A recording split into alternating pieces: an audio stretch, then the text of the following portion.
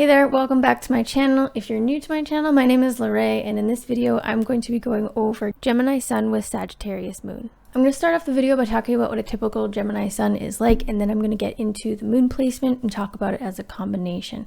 So if there's certain aspects of the Gemini Sun description that don't quite resonate or make a lot of sense, then hold on until you hear the moon placement and it'll probably tie together quite nicely and make a lot of sense. Little disclaimer before I get started that, even when you do hear your moon placement, there may be some aspects that don't quite make sense. Maybe it's a little different because I can't see the rest of your chart. So keep in mind, this is only 2 placements of your entire chart. And so when I am talking about these descriptions and this combination, I mean like in general, most of the time, tendencies. This is what the person with this pairing would act like, barring any other placements that would counteract these expressions. And that is a good segue to tell you that if I now have paid birth chart readings available, so if you would like me to look at the rest of your chart and get a more complete and in-depth examination of your chart, I have paid readings available on my website, and so I will leave a link in the description. I have 5 different packages available as of the time I'm recording this with 5 different prices. So link in the description if you would like to check that out. I will also probably be glancing over here from time to time because I have my very thorough notes and I don't want to miss anything. When I'm talking to the camera, honestly, my mind goes blank. So I have very carefully crafted notes that I put together myself. So just so you know, let's get started with Gemini Sun.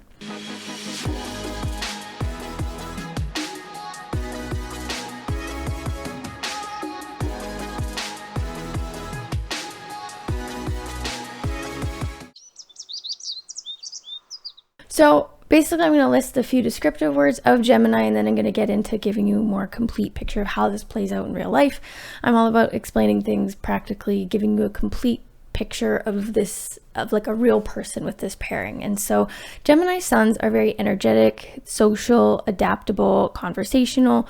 They're great communicators. They're persuasive, curious, restless, easily bored, high-strung. They tend to quite enjoy gossip, and they are a bit disorganized. So Geminis are often social butterflies, and again, this can depend on whether this person is introverted or extroverted. I know a lot of people assume that all Geminis are extroverted because they tend to be that way, but some are introverted. Even if they are introverted, they're usually very good at socializing and communicating. It's just whether or not that exhausts them or not, and they need alone time. But for the most part, they just really enjoy having conversations with all types of people, and they're good at it. They make really good first impressions because they're really able to tailor their conversations and how they present themselves to who they're around. They're really good at reading a room.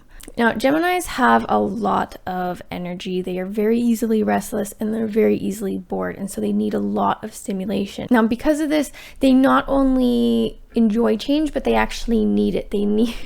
They need that variety, that fresh experiences and that change in their life in order to keep them entertained. Because they're always on the go, looking for new topics, places to explore, things to learn, people to talk to, their knowledge of subjects and their connections to people tend to be a little more surface level and not super deep.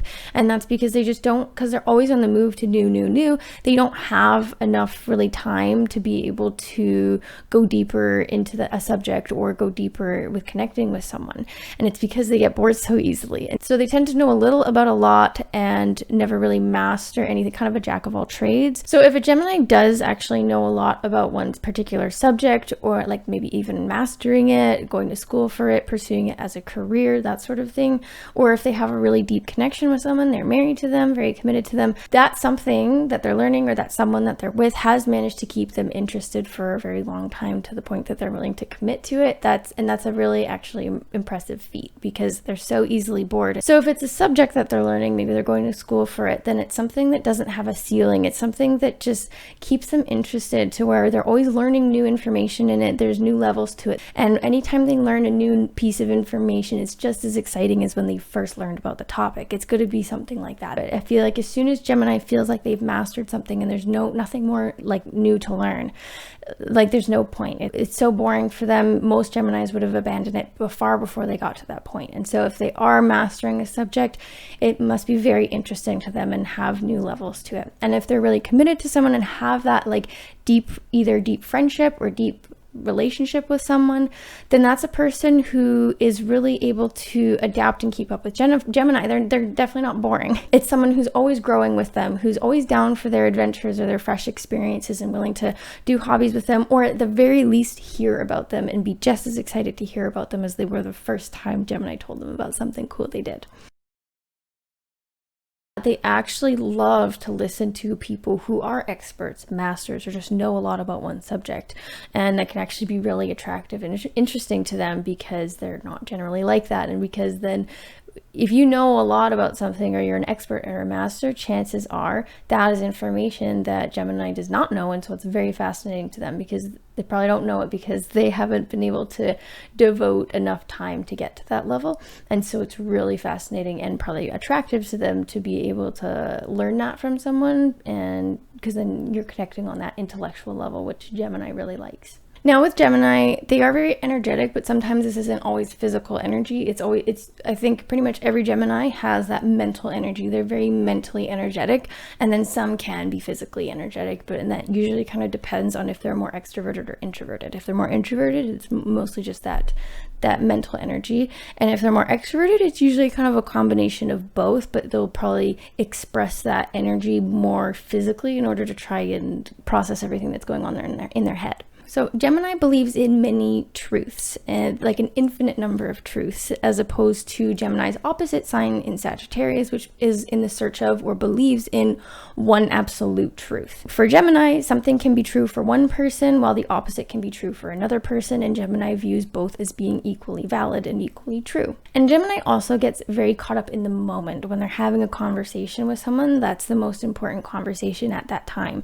And so when they're talking with someone, they could be talking with person A and agreeing with them that what they believe is true, and then they could have a conversation with person B, and now that conversation is the most important, and they could agree with person B who believes the exact opposite of person A, and then people can kind of wonder about this inconsistently, like, you agreed with both of us, and it's because one, they got caught up in the moment, and that's the most important thing in that moment. But also, again, Gemini believes in multiple truths, and so they believe that person A is true because they believe it's true for them, and person B as well. So when people wonder, like, oh, which one do you believe? Like, for Gemini, it's both. It's all of them. No two beliefs are mutually exclusive in their mind because it's true for someone. And this is kind of how I imagine Gemini. Like, you know, when someone starts drinking really early in the day, and they usually get called out for it, and then they're like, it's 5 o'clock somewhere. Gemini is like getting called out for talking about an opinion or belief that contradicts something they said earlier, and they're like, it's true for someone, or I got caught up in the moment. And that's pretty much a good summary of Gemini. And now another caveat to this is that Gemini, I think, is notorious for saying things and making plans and then just as easily going back on them. And again, it's from getting caught up in the moment. In the moment, it was the most important thing, and they're like, yes, let's do it, and they agree to it, but then the moment passed and they're probably caught up in a new moment that is now the most important thing, or they could have just completely forgot about the first thing that they agreed to. So like a good way to summarize that would be flaky, I guess. Yeah, which as an Aries I find extremely frustrating. And now, like I said about Gemini saying one thing and then agreeing to the complete opposite, it's also really hard for Gemini to like keep track of everything that they say and everything that they agree to, because for them it's as fast as like their thoughts. It would be like trying to keep track of every thought that you had in a week. And you're probably going to have some pretty contradictory thoughts throughout the week. It's because how do you feel about your life and your job when you're stuck in traffic on the way to work Monday morning to a job that you don't enjoy, versus how do you feel about your life Friday when you're about to go party for the weekend or go on a week trip. So those will probably be some conflicting thoughts and feelings, but for us that's considered normal. For Gemini, like, that's how it is when they're expressing information and points of view and opinions and beliefs. It's as fleeting as that, and it can be quite contradictory. And to them that's normal, because Gemini is actually quite good. It's the sign of the twins. It's a dual sign. It's like they have an alter ego. It's like they have two sides to them. I mean, ask any Gemini you know, or if you're a Gemini, then you know what I'm talking about. But if you don't know, like if you ask a Gemini, do you feel like two different people? Every single one of them will be like, yes, all the time. Like it's like they have an alter ego, or they just have just two different sides to them, and both are just as genuine, and it depends which side you're getting, which one wants to express itself today, you know? Now, like I mentioned, Gemini loves like talking, communication, conversations. And if they're a little more introverted, I find this is usually directed a little more into, say, like writing, texting, social media. If they're more extroverted, then that's having conversations and talking with people. And usually it's the more extroverted ones I find that tend to really enjoy the gossip. But I think pretty much every Gemini enjoys gossip. And I feel like when they say they don't, they're lying. That's a different side of them that was out that day. The other side of them loves gossip. So, and now Geminis are like really good at gossip too. They know everything. Like if at work, they know everything that's going on. If you want to know all of the hot gossip, if you want to know like the rumors, everything that's going on, ask a Gemini.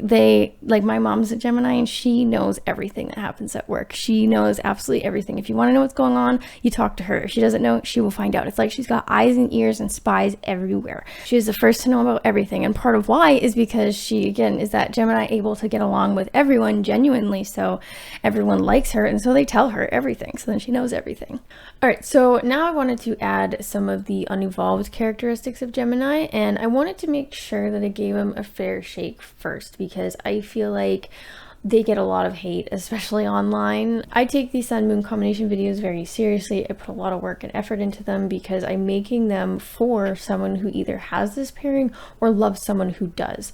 And so I want them to be beneficial. You know, the last thing I want is for someone to come watch these videos and feel like shit about their sign, because I know how that feels and it's just completely unhelpful. So I want to make sure that when I make these videos, I'm doing every sign and every pairing justice, and that I'm showing that every sign and every pairing has the potential to be a great person when they're healthy, and to really show what all of the signs and pairings have to offer. And so I'll be honest, that's kind of why I fell behind in the Sun Moon combinations, because I got to Gemini and it was just one of the most challenging signs to fully figure out. And it's not like I didn't know about them before, and it's not even like I particularly dislike Gemini. It's just that, like, you know, we're all approaching astrology from our own biases, and I'm an Aries, you know, that is sextile Gemini, so that, like, I kind of get them a little bit. But the rest of my chart, I have 3 planets in Sagittarius, which is opposite Gemini, and then I have 2 planets and my midheaven in Pisces, which is square Gemini. And so I have a lot of opposite, like, difficult aspects to Gemini, so it was just difficult for me to fully get them, like fully understand them on a deep level and really appreciate them and what they have to offer. And I didn't want to make these videos until I got to that point, and I don't make any of my videos until I'm at that point, because the last thing I want is to just pile on the shitty stereotypes, because every sign gets that enough already, including I think especially Gemini. But on the other hand, I'm very aware that every sign has their challenges, their unevolved characteristics, and so I don't want to completely gloss over those. And so I'm going to get into some of the unevolved characteristics of Gemini now. So unevolved Geminis can be cunning, superficial, manipulative, and they can be very, like, when, again, unevolved, not all Geminis, but they are very good at lying and bending the truth. And they can also be unfaithful to their partners. And unfortunately, some stereotypes are stereotypes for a reason. And unevolved Geminis can be two-faced in the worst way, you know, where they're talking, like, they're really nice, polite to your face, and then they're talking shit about you and spreading rumors behind your back. Or they do something really shitty and then they pretend it never happened and they act like everything's normal. And then if you ever try to confront them about it, they're the kind of people that will either avoid it, deny it, or lie some more. And again, this is unevolved Geminis. It's essentially the worst expression of the sign. That said, though, most Geminis are big avoiders, especially when it comes to conflict. So even if they are a generally healthy Gemini, if you try confronting conflict head on, it's probably not going to go very productively, or at least it's just going to make them very uncomfortable.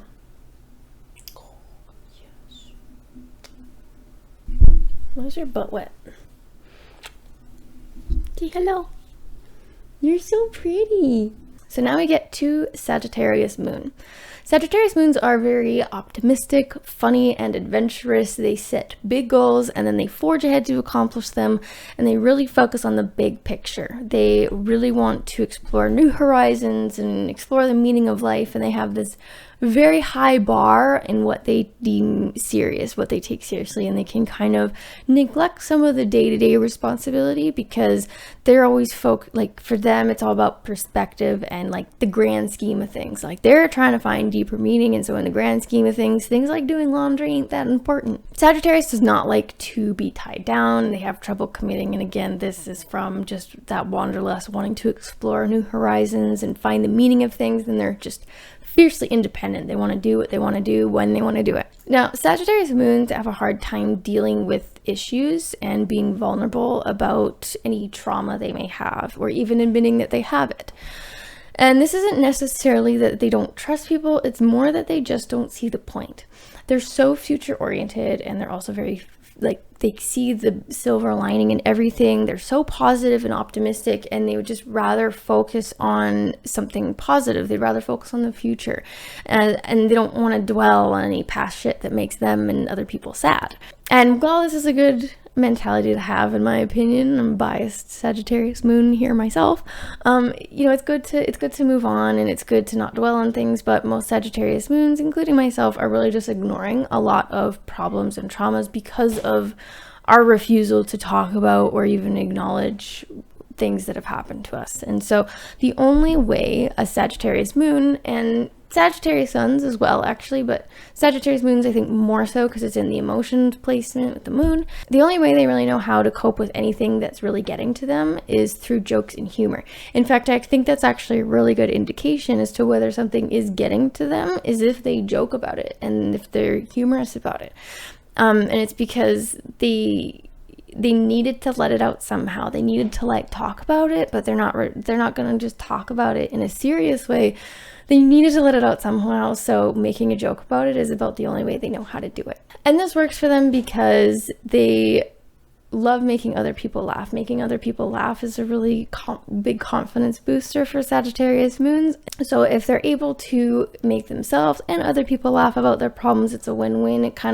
They're able to share a bit of what's going on, but it served a dual purpose. It didn't bring the collective energy of the room down, and it also kind of put their problems in perspective, because now, again, comparing it to the grand scheme of things, now their problems don't seem that big. So now Gemini and Sagittarius are opposite, and I think it's important to talk about in what ways they are opposite, because it's a bit of a misconception that opposite signs are opposite in every way, and that's just not true.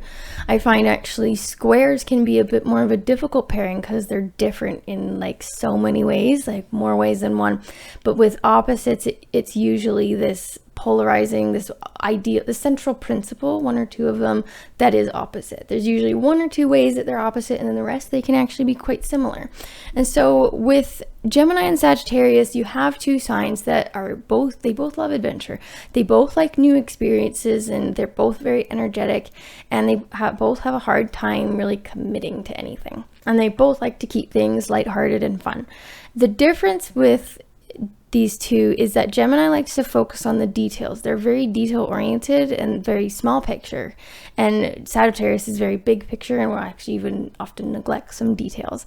The other difference is that Gemini shows different sides to whoever they're around and is a bit of a chameleon, whereas Sagittarius has the mentality of what you see is what you get. I am who I am, and I say what I mean, and I mean what I say. And they're not afraid to be blunt about it either, versus Gemini wants to get along with everyone. And like I said before, Gemini is the kind of person that kind of flip-flop on what they say. They'll say one thing and just as easily go back on it. That's not the case with Sagittarius. They say what they mean and they mean what they say. So all of these issues, as you see, are opposite and potentially polarizing, but I think it's a really great opportunity for balance with this person, because you could have someone who is able to look at the details and the big picture, so they get a full grasp of everything.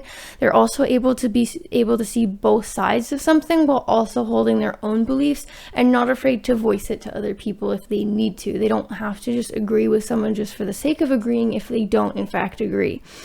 And so they're able to stand more firm in their character, but they're also then able to be a little less dogmatic than Sagittarius can be with their opinions, because like I said earlier, Sagittarius is in search of an absolute truth, one absolute truth, and they can be kind of dogmatic about it. And so having the Gemini Sun, they're less likely going to be like that and be able to see both sides of things. Neither of these placements are content to be in one place, work in one job, or even be with one person. for a very long time unless it's very interesting. And so they just have a lot of restless energy and all this need to always explore and be on the move, having these new experiences. Like both of these placements enjoy that. Both of these placements want to be on the move, having new experiences, exploring new horizons. The difference is with Gemini, it's usually new for the sake of new because they get bored, whereas Sagittarius, there's usually a deeper philosophical meaning attached to it. But both of these placements, just they have a lot of energy and they got to be on the move, and if they're tied down in one place, I think it would actually they'd be very unhappy. That's all I have planned for today's video. Thank you so much for watching, and if you haven't already considered liking this video and subscribing, I'd really appreciate it. And thank you to everyone who has helped support this channel so far and brought it to where it is. I'm monetized with over 2,000 subscribers now, so thank you very much.